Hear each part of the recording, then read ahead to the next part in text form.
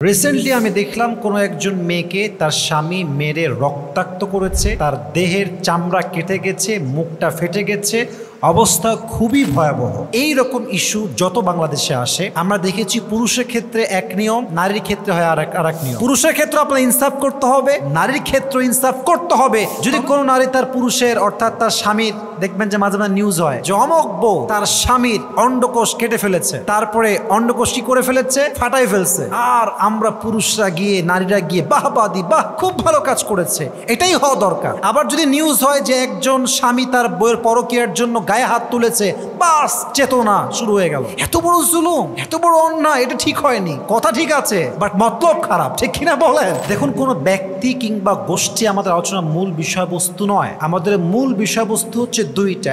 এক, যেখানেই অন্যায় সেখানে প্রতিবাদের দরকার। যুবক ভাইয়েরা আছে না নাই? দুই, যদি কোনো ইসলাম বিরোধী কাজ আমরা দেখি, ইসলাম কি বলেছে, কোরআন কি শিখিয়েছে, এটার সলিউশন কি হবে, এটা আমাদের বড় দরকার। যুবক ভাইয়েরা আছে না নাই?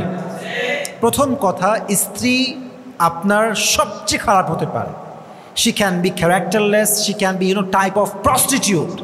সে পদ্মার মতো নারী হতে পারে, সবচেয়ে জঘন্য, সবচেয়ে নষ্টা মেয়ে হতে পারে আপনার বউ।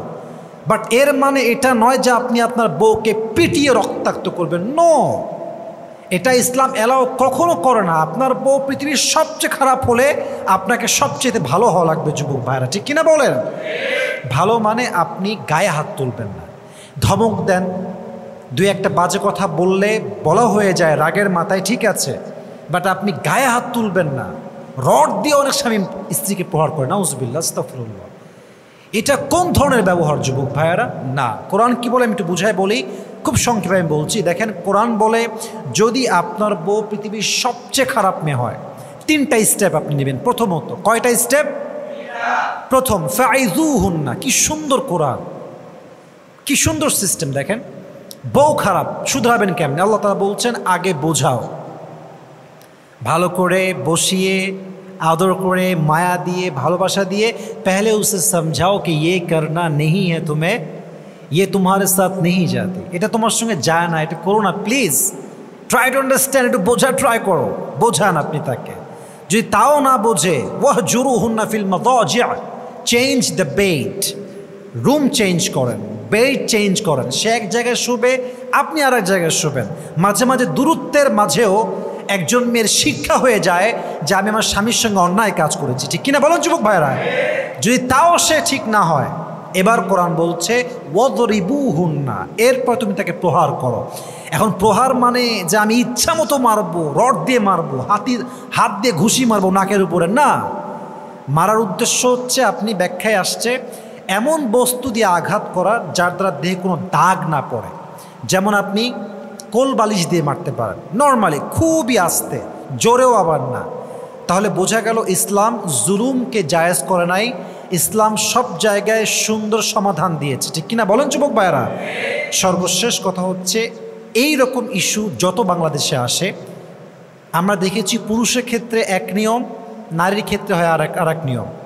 যদি কোনো নারী তার পুরুষের অর্থাৎ তার স্বামীর, দেখবেন যে মাঝে মাঝে নিউজ হয় যে অমক বউ তার স্বামীর অন্ডকোষ কেটে ফেলেছে, তারপরে অন্ডকোষ কি করে ফেলেছে, ফাটাই ফেলছে, আর আমরা পুরুষরা গিয়ে নারীরা গিয়ে বাহবা দি, বাহ খুব ভালো কাজ করেছে, এটাই হওয়া দরকার। আবার যদি নিউজ হয় যে একজন স্বামী তার বউয়ের পরকীয়ার জন্য গায়ে হাত তুলেছে, বাস চেতনা শুরু হয়ে গেল। এত বড় জুলুম, এত বড় অন্যায়, এটা ঠিক হয়নি। কথা ঠিক আছে, বাট মতলব খারাপ, ঠিক কিনা বলেন? মতলব যদি ভালোই আপনার হবে, তবে আপনার মতলব দুই জায়গায় দুই রকম কেন? পুরুষের ক্ষেত্রে আপনার ইনসাফ করতে হবে, নারীর ক্ষেত্রে ইনসাফ করতে হবে, তবেই তো আপনি প্রকৃতপক্ষের মুসলমান হবে, ঠিক কিনা বলেন যুবক ভাইরা? অতএব আমাদের কথা একটা, পুরুষ যত অবস্থান খারাপ হোক বউয়ের ব্যাপারে, একটা কথা অলওয়েজ আমাদের মাথায় রাখতে হবে যে বউকে আঘাত করে, জুলুম করে, মেরে, নাক ফাটিয়ে সমাধান হবে না। সমাধান করতে হলে ঠান্ডা মাথায় সমাধান করতে হবে যুবক ভাইরা, ঠিক কিনা বলেন? আর হ্যাঁ, শেষ কথা আমি বলে শেষ করছি, প্রত্যেক নারীর মাথায় রাখতে হবে, এটা আমার শেষ কথা, আমি আবারও রিপিট করছি, প্রত্যেক নারীর মাথায় রাখতে হবে যে একজন স্বামী একজন স্ত্রীর সমস্ত অন্যায় মাফ করতে পারে।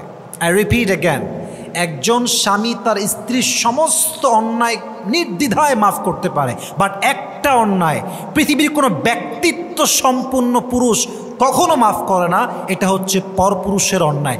যেই নারী পরপুরুষের সঙ্গে অন্যায় করে তার মনের যে পুরুষ, তার যে স্বামী তাকে যে জুলুম করেছে, এই যে মন থেকে সে উঠে গেল, আজীবনও সে তার মনে আর কখনো জায়গা পাবে না। যুবক ভাইরা, ঠিক কিনা বলেন? প্রিয় বোনেরা আমার, প্লিজ ট্রাই ইউর বেস্ট যেন কোনো প্রকার ভুল না হয়ে যায়। নিজেকে পবিত্র রাখেন, অনেস্ট রাখেন, ট্রাস্টেড রাখেন, দেখবেন আপনাকে পুরো সাংসারিক জীবনে সুখী করবে একজন। আওয়াজ দিয়ে বলেন তো তিনি কে? আল্লাহ আমাদের সবাইকে এই কথাগুলো মানা, বোঝা এবং আমল করার তৌফিক দান করুন। আমরা সকলেই পড়ছি আমিন।